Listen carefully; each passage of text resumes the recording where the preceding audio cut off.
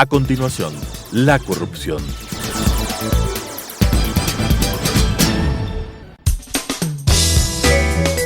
Clasificación B, bajo supervisión de un adulto. Son de exclusiva responsabilidad de sus autores y de quienes intervienen en ellos.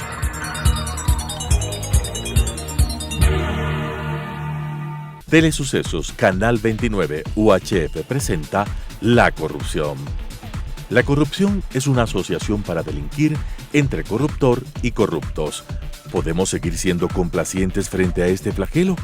Con la conducción de Freddy Bravo. La Corrupción. ¿Qué tal, amigos? Qué gusto estar con ustedes nuevamente desde la ciudad de Loja, desde el estudio de Carlos Andrade, que contribuye con nosotros este escenario para el programa La Corrupción de la cadena Telesucesos. Algunos temas para este día. El día domingo en la noche, yo diría que gran parte del mundo se sorprendió y se encadenó porque iba creciendo los oyentes, televidentes, buscadores de la noticia a través de redes sociales.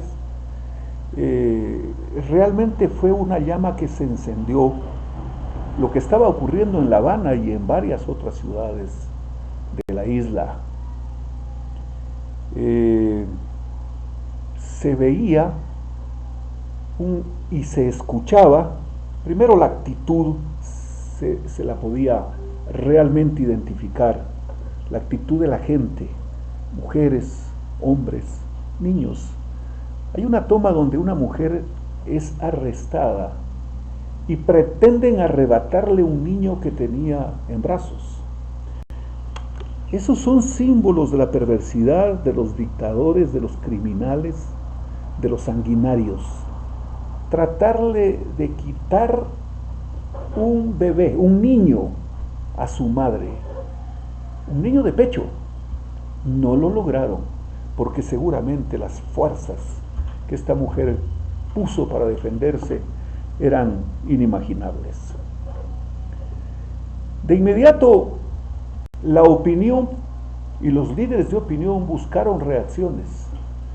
Tuvimos la reacción del presidente de los Estados Unidos, que ciertamente usó una frase general, pero dicha por él se convierte en muy particular. Escucha a su pueblo, le dijo al señor que dirige Cuba, señor Díaz-Canel. Escucha a su pueblo. Es fuerte, es determinante. De pronto, alguien le preguntó al presidente de Argentina. El presidente de Argentina dijo: no conozco, me faltan datos. No, ya eso es casi una contribución a las personas que estaban en las calles. Casi ha contribuido Fernández con la gente que está en las calles reclamando por la libertad, por la alimentación, por el trabajo, ni se diga, reclamando por las medicinas para el COVID, ¿no? Evidentemente el señor López Obrador salió con su famoso balbuceo a decir y no decir entre abrazos y balazos, haciendo una especie de cóctel que busca disfrazar una imagen, además distraer, que puede ser ese un gran objetivo, ¿no? Y claro, bajar la tensión llevándolo casi a la inexistencia.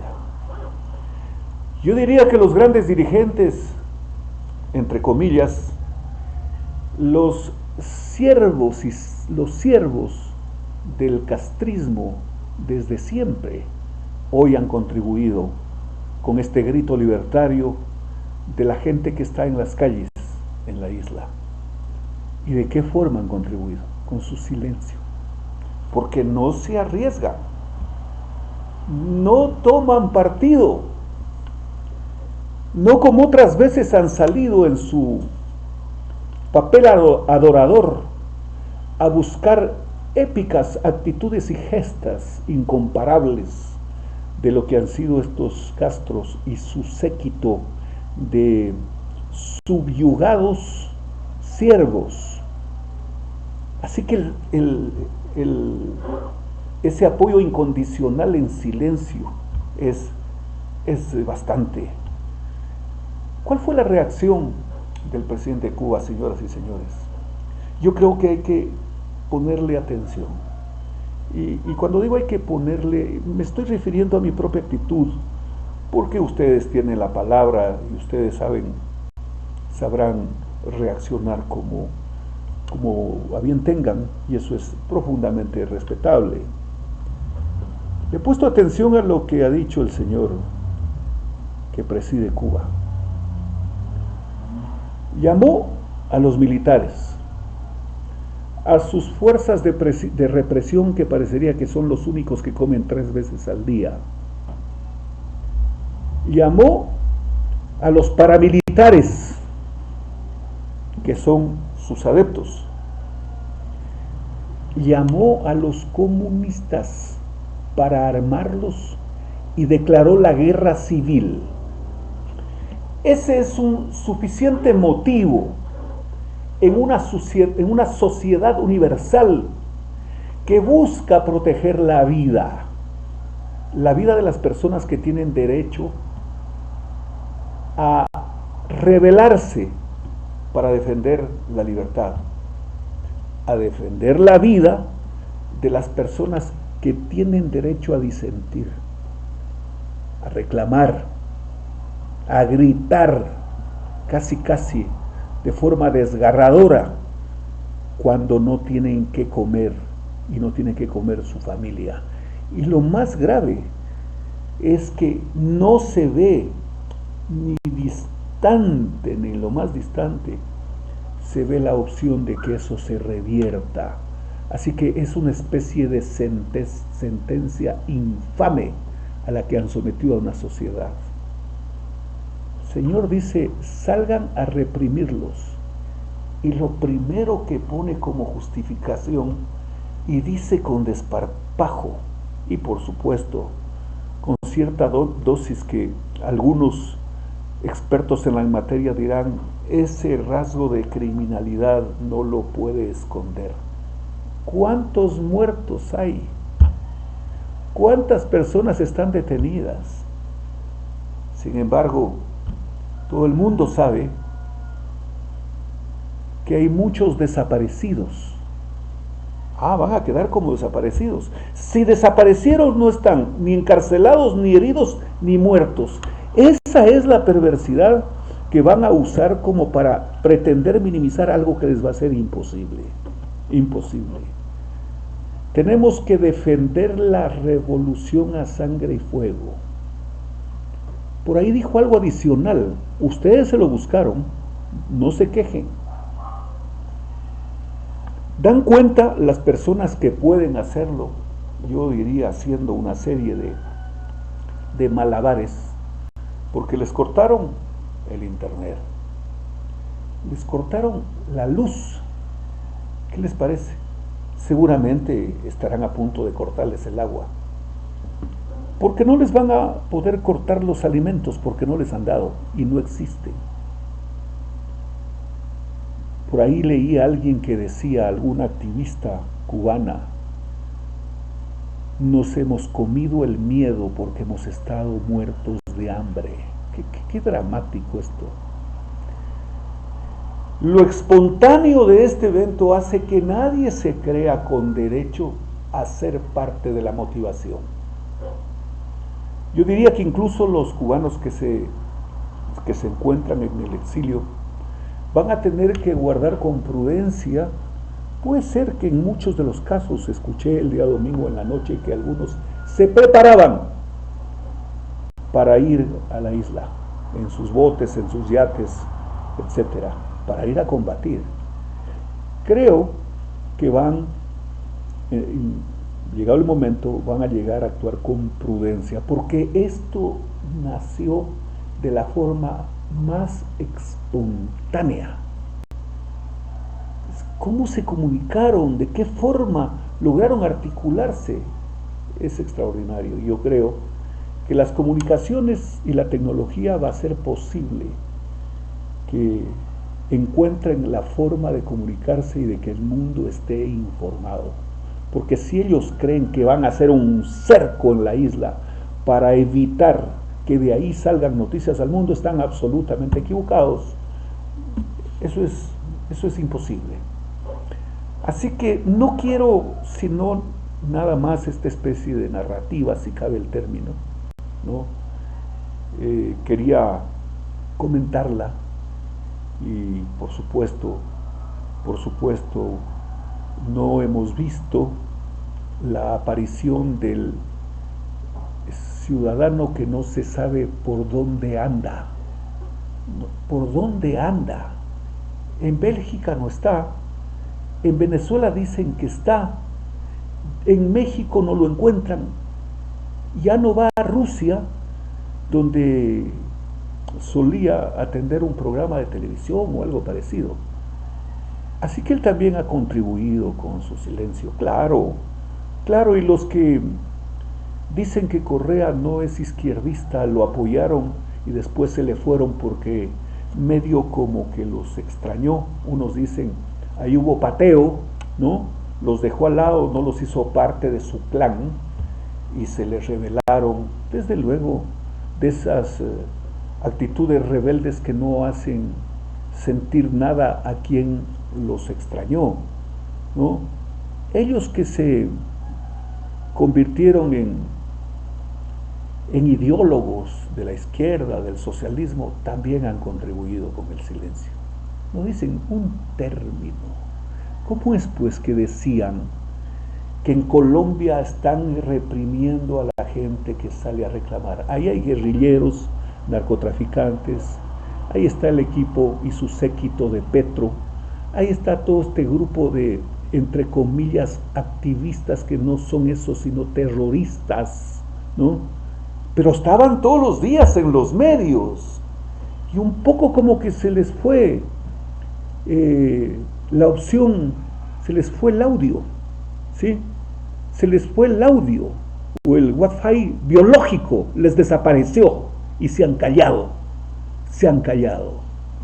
En Cuba, ahí hay una represión brutal, y desde luego, donde haya represión desde el Estado hacia los ciudadanos es reprochable, pero parecería que esta llama puede ser una especie de una analogía con la llama del olimpismo, que no se apaga sino cuando termina, y cuando la medalla de la libertad puede estar en el pecho de todos y cada uno de los cubanos. Tenemos otro tema para el día de hoy. Perdimos un programa de televisión, dicen algunos ciudadanos. Fue debut y despedida, dicen otros. Lo han dicho incluso los propios protagonistas. El gerente del canal público, que de paso, el gerente del canal público, me refiero al señor Cuesta, ha dicho que no es un canal del Estado. Hasta donde se conoce, fue incautado por el Estado. Que el Estado le va a tocar o tenga que, por lo que escucho algunos abogados que han estado litigando estos temas, que al Estado le va a tocar responder por eso, que ha tenido en escenarios internacionales respuesta favorable a los expropietarios y en contra del Estado ecuatoriano. Eso es otra cosa. El programa de La Posta en TV, La Posta 3X, apareció el domingo anterior y se despidieron este domingo. No está ni de lejos en mi deseo hacer un análisis ni juicio crítico del programa diseñado y de su formato. No tiene sentido. Sobre esto hemos combatido permanentemente al gobierno de los 10 años del correísmo, que usó una ley de comunicación. ¿Para qué? Precisamente para quitarle al ciudadano, cuyo derecho humano fundamental es la libertad a estar informado, quitarle el derecho a que juzgue lo que ve y pueda seguir viendo o cambie de opción. Ese es un derecho humano. La ley de comunicación, que tuvo adeptos conscientes e inconscientes y siervos como siempre en su mayoría, porque había gente que usaba el atuendo de opositores a Correa y sin embargo capitaneaban el tema de una ley de comunicación que es necesaria. ¿Y por qué era necesaria? Porque constaba en la Constitución, decían. Sí, por supuesto, es que el tema nace en Montecristi, pero le pusieron énfasis exclusiva o especialmente a esa ley. Ustedes recordarán que esa ley, ya en los últimos instantes de su aprobación, parió un bodrio que se llamó la Cordicom, que venía incluso con el perfilado personaje ideal para eso que hoy convive y deambula con ellos fuera del Ecuador, porque lo persigue la justicia, refiero al señor Ochoa. Pero ¿qué es lo que ocurrió? Y al rato de sellar, digamos, la aprobación de la ley, el entonces siervo útil del correísmo, el exalcalde Loja Castillo, propone la creación de este organismo, Cordicom. A ver, primero, que salieron los periodistas del aire en TV. Bueno, ese no es un triunfo de nadie. No, tampoco es una concesión, y creo que no la han propuesto así, de el señor Boscán y del señor Luis Eduardo Vivanco. No. Bueno, a decir del gerente, ellos se enfrentaron a un minúsculo grupo y el gerente dice, nos ganaron. Hay cosas que a ratos medio me he sentido confundido, porque ha de entenderse pues que a partir de la derogatoria del reglamento a la ley de comunicación, un poco como que esa ley está en el limbo. Es decir, no por la vía de una acción oficial debería desaparecer un programa. La primera reacción fue la de la presidenta de este consejo llamado Cordicom, la ex asambleísta Yanine Cruz. Y claro, tuvo más de un tropiezo, resbalón y una patinada. ¿Por qué?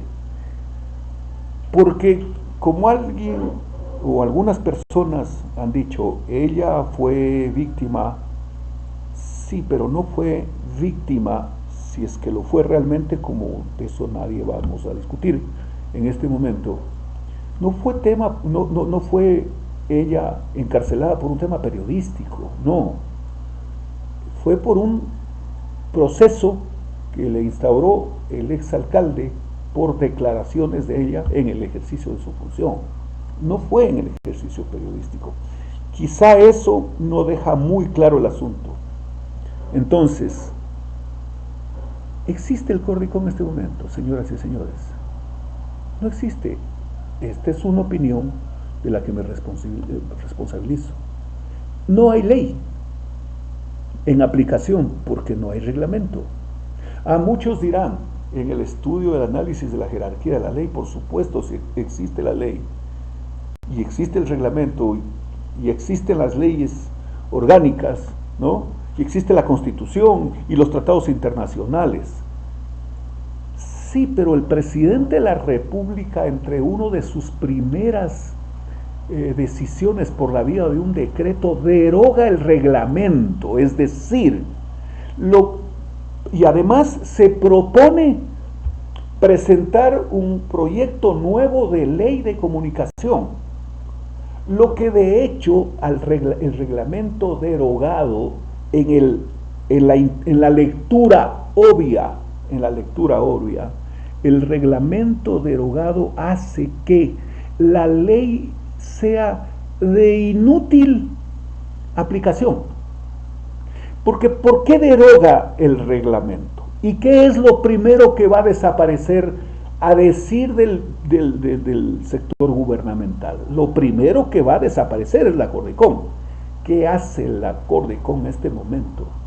¿Qué hace, digo, con opiniones respecto de un programa de televisión en el que supuestamente ha sido agraviado un sujeto que le ha causado estupor a muchísima gente, incluso en su propia organización. Porque si yo de algo he de deplorar, si cabe el término, es que den la posibilidad, cualquier ciudadano, en cualquier programa, como sea, le den la posibilidad de abrir la ventana de una víctima a alguien que es un victimario confeso. Porque recuerden ustedes, cuando el señor Vargas atacó al expresidente de la República en términos personales muy duros, bajos e insolentes, estaba a su lado el señor Issa y no puso reparos en tratar de medio persuadir a su colega que no solo morigere su lenguaje, que respete a los ciudadanos que lo escuchan y a los ciudadanos que estaban en tarima y que también recibieron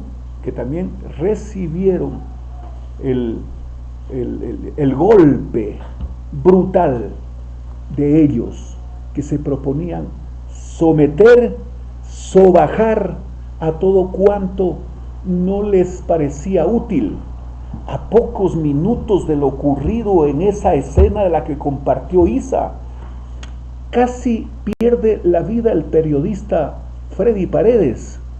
No era otra cosa que el ánimo caldeado y que además el combustible de estos sujetos había sido ideal y había propuesto el escenario expedito para agredir y para tratar de desaparecer a un periodista, porque la agresión pudo bien haber sido de otra manera, pero lanzarle una piedra a 2 metros o quién sabe menos, además en la cabeza, ¿qué propósito tenía? Tenía el propósito de hacerlo tener miedo. No era así, ahí está el resultado. Así que, si se hizo víctima por lo que le dijeron al señor Issa, ojalá,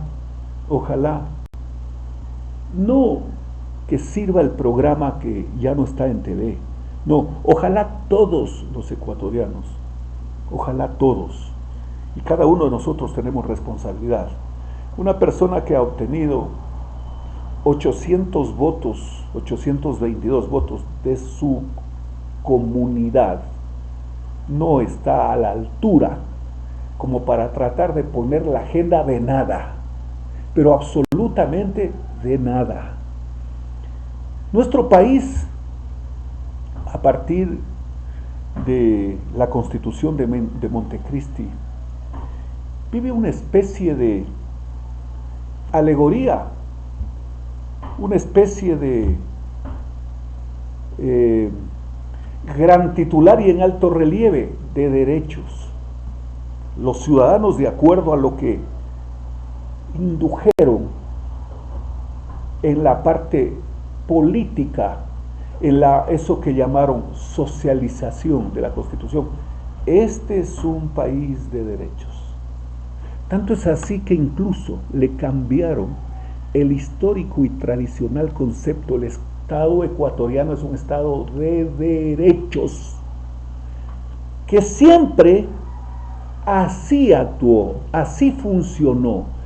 Derechos. No es lo mismo que derecho, es un Estado de derecho, que cumple con sus obligaciones para la sociedad a través de instituciones, no los correístas. Eso es lo correcto. Los correístas dijeron no. Este es un Estado de derechos.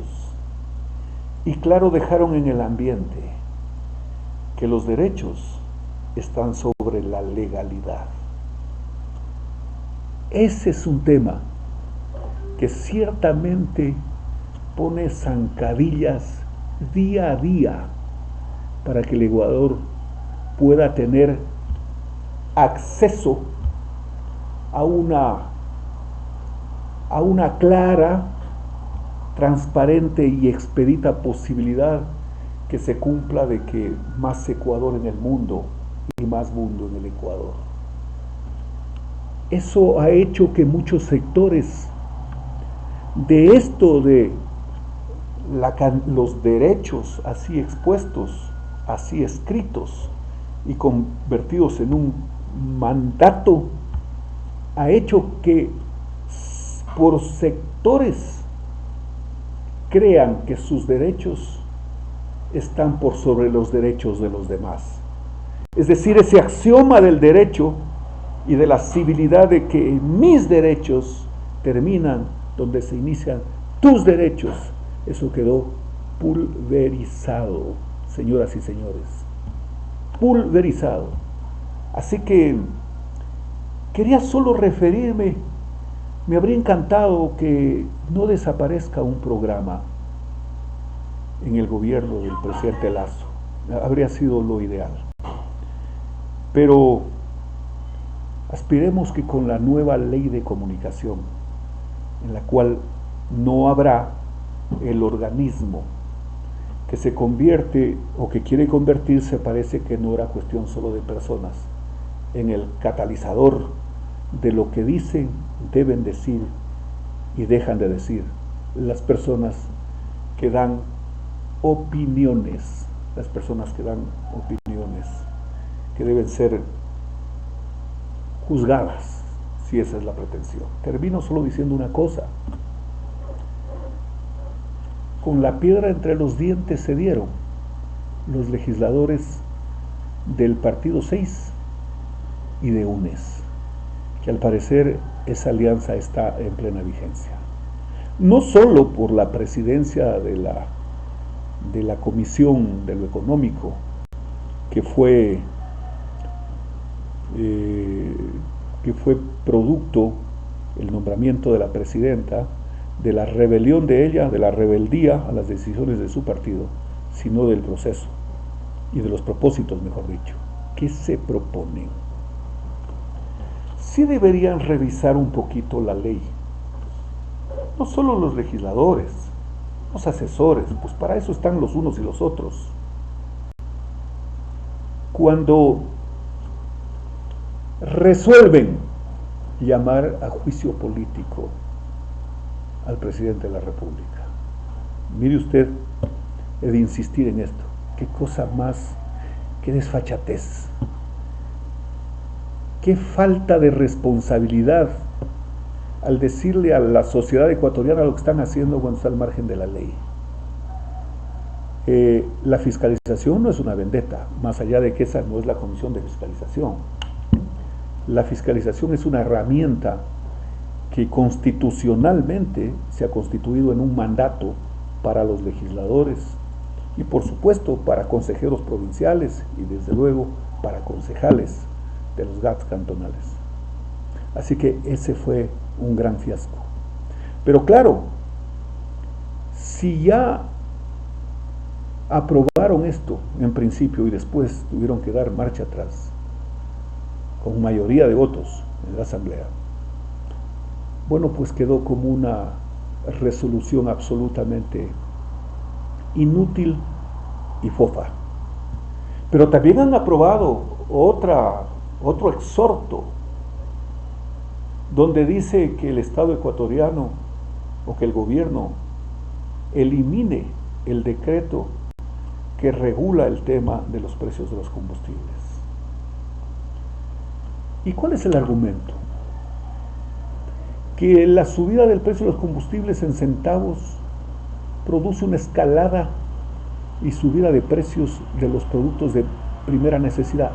Falso, absolutamente falso. En el análisis anualizado de la inflación es negativo, es decir, que no suben los precios. Claro, parecería que ese quedó como una especie de bandera de lucha, grito de combate desde siempre y no lo han podido superar. Ni siquiera se han dado por enterados de que el mundo entero este instante está tratando de bajar el consumo indiscriminado de combustibles para evitar la contaminación día a día. Pero no se han dado cuenta en el Ecuador de que grandes fortunas de contrabandistas mafiosos existe por el precio de los combustibles respecto de los precios de los combustibles de los vecinos. Ese ha sido un negocio perverso. Yo diría, si se calcula que alrededor de 70,000 millones de dólares han costado los subsidios, y se habla de que los subsidios benefician a los pobres, ¿cómo es que no ha decrecido la pobreza en términos considerables con el subsidio que les ha sido tan útil? La respuesta es muy simple. No fue el dinero para los pobres. El subsidio de los combustibles no fue para los más pobres. Fue para los más ricos. Fue para los contrabandistas. Fue para aquellas personas que usan incluso en el procesamiento de estupefacientes combustibles baratos. Para eso ha servido. Para eso ha servido el subsidio de los combustibles. Y claro, no faltaba más, todavía mantienen ese grito de combate. Al gobierno le corresponde, a la sociedad le corresponde salirles al paso, porque el Ecuador no puede seguir siendo engañado, pero además no pueden seguir siendo engañados las personas que más necesitan. Señoras y señores, nos vemos la próxima semana. Las opiniones vertidas en este espacio por la producción y dirección del programa son de exclusiva responsabilidad de sus autores y de quienes intervienen en ellos.